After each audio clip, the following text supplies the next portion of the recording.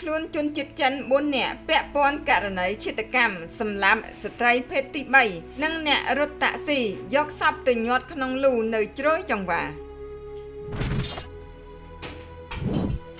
រាជធានីភ្នំពេញឃាតករជាជនជាតិចិនដែលបានសម្លាប់ស្ត្រីភេទទី3និងអ្នករត់តាក់ស៊ីយកសពទៅកប់រួមគ្នានៅព្រែកលៀបត្រូវបានកម្លាំងនគរបាលព្រហ្មទណ្ឌកម្រិតស្រាលនៃស្នងការនគរបាលរាជធានីភ្នំពេញត្រាវជ្រាវឃាត់ខ្លួនបានចំនួន4នាក់ហើយក្រោមការដឹកនាំនិងបញ្ជាផ្ទាល់ដោយលោកឧត្តមសេនីយ៍ត្រីបុត្រសិទ្យាស្នងការរងទទួលផែនការងារនគរបាលព្រហ្មទណ្ឌនិងបញ្ជាដោយផ្ទាល់ពីលោកឧត្តមសេនីយ៍តូលីប៊ុនអេងស្នងការរងទទួលការិយាល័យនគរបាលព្រហ្មទណ្ឌកម្រិតស្រាលគួររំលឹកថាករណីឃាតកម្មសម្លាប់ស្ត្រីភេទទី3និងអ្នករត់តាក់ស៊ីយកសពញាត់ចូលទៅក្នុងលូរួចចាក់បេតុងកប់ចោលនៅជ្រោយចង្វានេះបានតាមការឲ្យដឹងពីលោកវរៈសេនីយ៍អាចមុំសាវននាយការិយាល័យនគរបាលព្រហ្មទណ្ឌកម្រិតស្រាលទោះបីជាយ៉ាងណាសមត្ថកិច្ចពុំទាន់បង្ហាញមុខឃាតកររូបនោះជាសាធារណៈនៅឡើយដោយកំពុងតែធ្វើការស្រាវជ្រាវ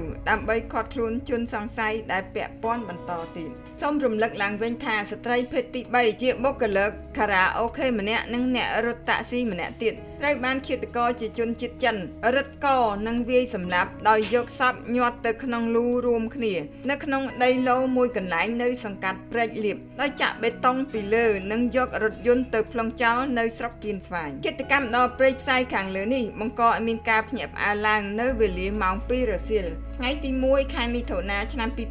2026នៅចំណុចដីឡូគ្មានលេខតាមផ្លូវបេតុងក្បែរស្ពានលេខ4ក្នុងភូមិបាក់ខែងសង្កាត់ព្រែកលៀបខណ្ឌជ្រោយចង្វារាជធានីភ្នំពេញ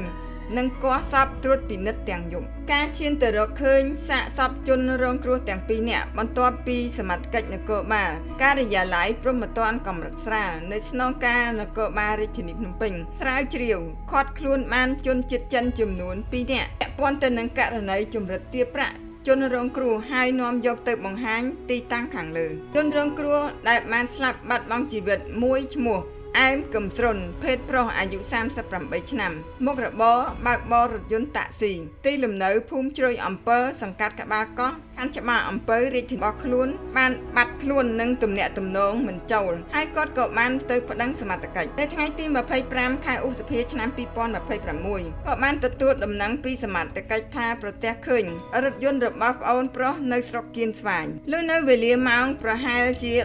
19:20 នាទីយប់ថ្ងៃទី1ខែមិថុនាឆ្នាំ2026ស្រាប់តែសមត្ថកិច្ចទំនាក់ទំនងមកប្រាប់ថាប្រទះឃើញសាកសពប្អូននៅក្នុងដីឡូម្ដុំសង្កាត់បាក់ខែងក៏មកមើលទើបដឹងថាជាសពប្អូនប្រុសដោយឡែកមិត្តប្រុសរបស់ជនរងគ្រោះជានារីភេទទី3ក៏បានឲ្យដឹងដែរថាមិត្តស្រីរបស់ខ្លួនជាបុគ្គលិកខារ៉ាអូខេនិងរកស៊ីពេលយប់ហើយសប្តាហ៍ថ្ងៃពួកគេរស់នៅផ្ទះជាមួយគ្នាតាមព័ត៌មានបានឲ្យដឹងទៀតថានៅយប់ថ្ងៃទី23ខែឧសភាឆ្នាំ2026នារីភេទទី3រូបនោះត្រូវបានភ្ញៀវតាក់ទងចេញទៅខាងក្រៅតែមិនដឹងថាទៅទីណាទេហើយក៏មានរថយន្តតាក់ស៊ីដែលតែងតែដឹកមិត្តស្រីខ្លួនមកទទួលចេញពីផ្ទះដោយសារតែបាត់យូរខុសពីសប្តាហ៍បងមិត្តប្រុសក៏បានទូរស័ព្ទតាក់ទងតែមិនចូលនិងបានប្រើកម្មវិធីសម្រាប់តាមដានបង្ហាញថាមិត្តស្រីដែលជាជនរងគ្រោះនៅម្ដុំព្រែកឯងក៏បានតាមទៅមើលតែរកពុំឃើញក៏ដាក់ពាក្យបណ្ដឹងនៅប៉ុស្តិ៍រដ្ឋបាលតែម្ដងនៅវេលាយប់ថ្ងៃទី1ខែមិថុនាឆ្នាំ2026បានទទួលដំណឹងពីសមត្ថកិច្ចថាប្រទះឃើញសាកសពមិត្តស្រីក្នុងដីឡូម្ដុំសង្កាត់បាក់ខែងមកមើលទើបដឹងថាជាសពមិត្តរបស់ខ្លួនបន្ទាប់ពីភ្ញាក់ផ្អើលសមត្ថកិច្ចក៏បានគាស់យកសពមកត្រួតពិនិត្យនៅវេលាយប់តាមការត្រួតពិនិត្យសមត្ថកិច្ចបានរកឃើញថៅដងឈើមួយដំបងដែកវាយកូនបាល់មួយស្លាបព្រាបៀកស៊ីម៉ង់មួយកៅស៊ូសថ្លាខ្សែភ្លើងនិងជ័ររឹតកដែលបានកប់ជាមួយសពជនរងគ្រោះនៅក្នុងរណ្ដៅអណ្ដូងលូដោយចាក់បេតុងពីលើតាមការពិនិត្យសាកសពឈ្មោះអែមកឹមស្រុនភេទប្រុសមានស្នាមរបួសដាច់រយះនៅកន្លាក់ជើងខាងឆ្វេងជម្រៅដល់ឆ្អឹងដាច់សរសៃឈាមចំណែកសាកសពឈ្មោះតាំងស៊ីម៉េងហើយលីភេទស្រីជាប្រុសកែភេទស្រីត្រូវឃាតករយកខ្សែភ្លើងចងព័ទ្ធជុំវិញក